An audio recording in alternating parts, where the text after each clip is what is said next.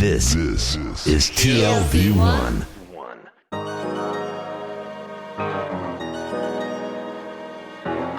The Tel Aviv Review with Gilad Halpern. Hello and welcome to the Tel Aviv Review, a program dedicated to the word, to the thought and to debate, brought to you by the Van Leer Jerusalem Institute, which promotes humanistic, democratic and liberal values in the social discourse in Israel. I'm your host Gilad Halpern, and every week I'll be engaging in close encounters of the intellectual kind with writers and scholars, or simply people of ideas, of all types and vocations, who have done something to make our lives a tad more interesting. My guest today is a poet, translator and lecturer in English literature at Oranim Academic College for Education in the north of Israel. She is also a peace activist, and much of her research focuses on the overlap between poetry and progressive social change. Dr. Rachel Back, hello and welcome to the Tel Aviv Review. Thank you. So for you, teaching poetry is not just an intellectual exercise, especially here in Israel. If I understand correctly what you say and what you wrote, you believe that there is an educational and pedagogic value in doing it in a region of conflict, right? Yes, absolutely. I don't choose to focus it on a region of conflict, but the nature of our lives is that we're living in conflict. And from there, I see the particular importance of teaching poetry as an alternative mode of discourse. Mm-hmm. And what is the added value of poetry? What does it bring to the table?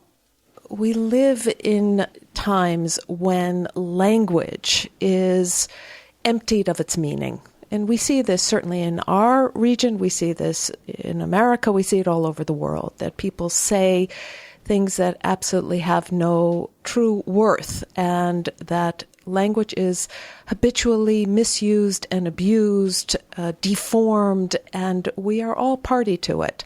My argument is that poetry, or the poet, strives for great accuracy. One of the famous statements by Robert Lowell is, in speaking to himself and speaking to other poets, but I think speaking to us all, is pray for the grace of accuracy. And it's one of the things that the poet is always striving for. It's an ethics. And if we look at poetry as meaning what it says, or striving to mean what it says, it is essential in this landscape where nobody seems to be speaking truth. Yeah. On the other hand, there are many layers of meaning in poetry, which is, in a way, contradictory to this endeavor of striving for accuracy, isn't it?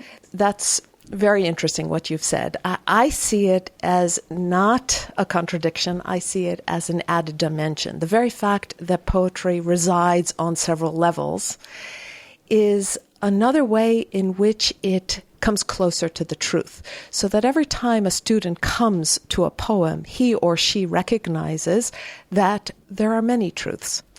So that when I speak of accuracy, I don't mean it in monolithic terms. I don't mean it as a singular narrative. I mean it exactly the opposite. Right. So essentially it's a catalyst. That's what it is. Poetry. Mm-hmm. No.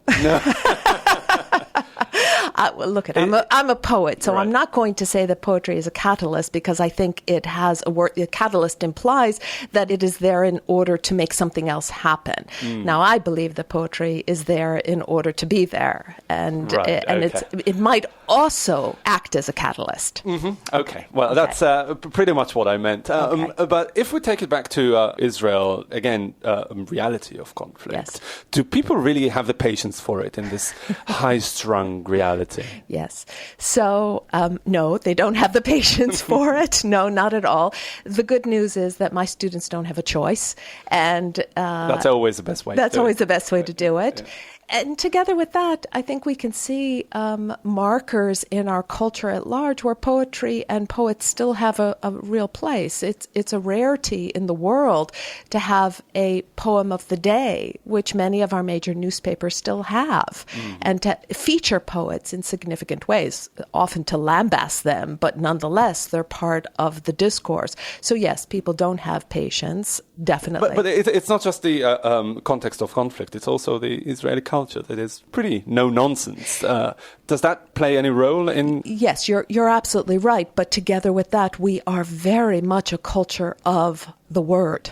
And that's our historical gift, and it's also our reality, so that even as we are impatient and brash and not that wonderful at listening, we also have the other side of it, where our words are very central to our cultural entity. Can you give us an example that stands out in your experience of how poetry could really shed light on a conflict reality and maybe do something to change the perspective of the people who consume it?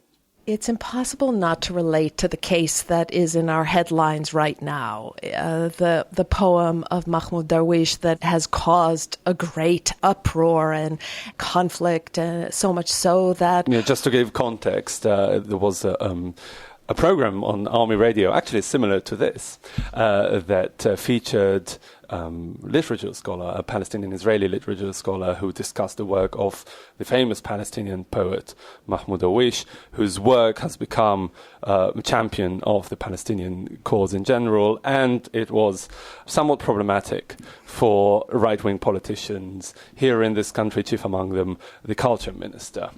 Please, carry on. To me, that's an extraordinary moment. Now, it would be easy to despair from that moment that a poem by a Palestinian of this landscape could be seen as so unacceptable and offensive that the minister needs to visit the radio station and ban it. I choose to turn it around and just say, look at what a poem can do. A poem can get people out of their seats and demand that they look at something. Now, it's true that most people are not wanting to actually listen to it, but here we are, you and I, talking about it, and whoever listens to us will talk about it also. What is the poem saying? The poem's saying, I am an Arab. That's pretty much what it's saying. And the poem is saying it in very direct terms. And that is one of the great attributes of poetry, is that even as it uses all of its figurative elements and devices, it also has a directness, a stripped bareness that insists upon being listened to, even when we don't want to hear what it's saying. Another interesting feature of your work is that it's in English. Yes. And your students are not native speakers. For them, English is second, sometimes third language. Who are your students and how do they relate to the kind of content that you bring forward? Yes. It's a particular challenge. In many ways, it's a positive challenge. My students are natives of this land, so they are Jews and Muslims and Christians. They are women and men. They are Druze, and some of them are immigrants. Some are Russian immigrants, and a few native English speakers. And they all have a stellar level of English, which is how they get accepted into the department, and seemingly an interest in English also. It's true that the fact that for the majority of them, English is not their native tongue, sometimes I make assumptions that I have to check myself. So when I ask them about the connotations of a particular word, they don't actually have a connotation for the word because it's a brand new word for them. So those are challenges, and sometimes those are even obstacles. On the other hand, because it is not their native tongue, they listen very carefully. And that's a beautiful thing. They listen in a way that a native speaker sometimes does not. And I see a great advantage in that. I have to say, I have to be absolutely honest. The Introduction to Poetry course that I give the first semester students, they come in with a great deal of trepidation and antagonism, resistance. For the majority of them, that antagonism and resistance ebbs. Resistance to what? To the actual, to the language barrier? No, to poetry. Oh, to poetry. To poetry. Poetry is a genre we love to hate, yes? Right. And so it's not just me then? No, it's not just you. But I think that very often in the journey that we take throughout the year, they are able to discover the great gifts that poetry can give them. Do you think that part of this interpretation is because it's not their native language and therefore they They fear the unknown. Yes, but you said that you too have a particular resistance. So even native speakers also. Poetry has been misrepresented in our culture at large. It's much like Shakespeare, where people assume that they're not going to understand. And once you assume that, you're already at a disadvantage. The challenge is to strip away those layers and to open up this genre that really means to speak to them very directly. And are there also cultural differences, the type of poems that you teach them that were written elsewhere? Yes. Or do you choose to focus really on the universal message that they bring? Yes, that's a very good question. I've changed my choices in poetry over the years in order to better suit my student body. And I feel very content with that shift. I think it's appropriate. I'm not the course I teach it's not about the history of English poetry. Others do that. I'm opening them up to the world of poetry. So if it means letting go of the English romantics, I'm fine with that, and replacing it with what I've discovered. And this shouldn't be a surprise, is that poetry that speaks to both the Jews and the Arabs very immediately is African American poetry. How so? The African American poets, I'm going to generalize, but will live with that generalization, often adopt a very colloquial language, which by its nature is more accessible to my students. That's in terms of the language usage, and in terms of the content. Many of the great African American poets are speaking about the types of marginalization and disempowerment that, at the end of the day, all of my students feel.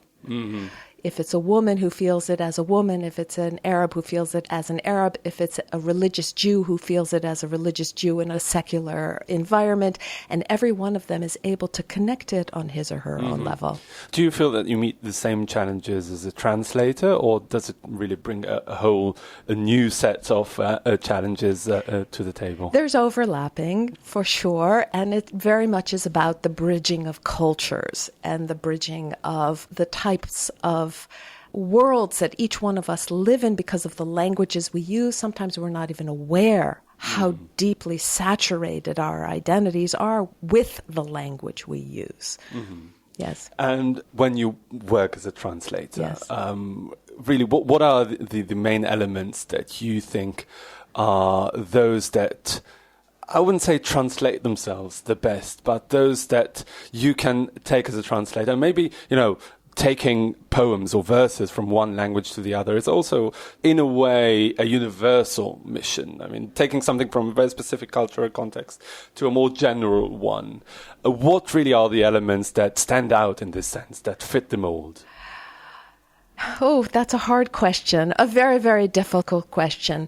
I'm working now on the last poems of Leah Goldberg. Her very last book that was published posthumously, edited by the great poet Tuvia Rivner, Sherit HaChaim. And I'm now bringing this book into English as a whole. The poem is so much a Goldberg creation, even though it was edited and published after her life, and is so fully informed by Israeli culture. At the same time, when I bring it over into English, across the language divide, which is a very moving journey to take with these poems, I discovered that Goldberg, I knew this before, but now I see it before my eyes, I discovered that Goldberg is often speaking to women. And she is, now in these last poems, she's speaking about what it means to be a woman at the end of her life. She knows that two of the poems are discovered in the cabinet next to her hospital bed. Right. The last two poems she writes. And what she writes there, those are poems that will touch very deeply whoever reads them, if I get the English right. And right means it has to have a musical quality. It has to have a rhythm that is true to English, not to Hebrew. I can hardly think of a more difficult job than being a translator of poetry, because there's, as we said in the beginning, there's so many layers of meaning. Do you ever fear that you might be missing something? Oh, I know I'm missing something, and I fear it all the time. I've said to my students, and I've said to my children also, that I publish my own poetry, and I do it with a very easy heart. But in publishing the poetry of others that I have translated into English, that's an act that can keep me awake at night. The dilemma and the question and the certainty that I'm going to get it wrong sometimes. Thankfully, I have a wonderful, wonderful publisher. I have wonderful editors. And so there are other very scholarly and So it's a group effort. In the end, yes, in the end. But it's a frightening task. It's moving, but it's also frightening. I'm sure. Yes. All right, Dr. Rachel Back, a poet, a translator, and lecturer in English literature at Oranim Academic College. Thank you very much for joining us today. Thank you, Gilad. And also big thanks to the Van Leer Institute for the generous support. If you like this podcast and many more where it came from, just go to www.tlv1.fm/podcasts and take your pick. We were over and over again, walking around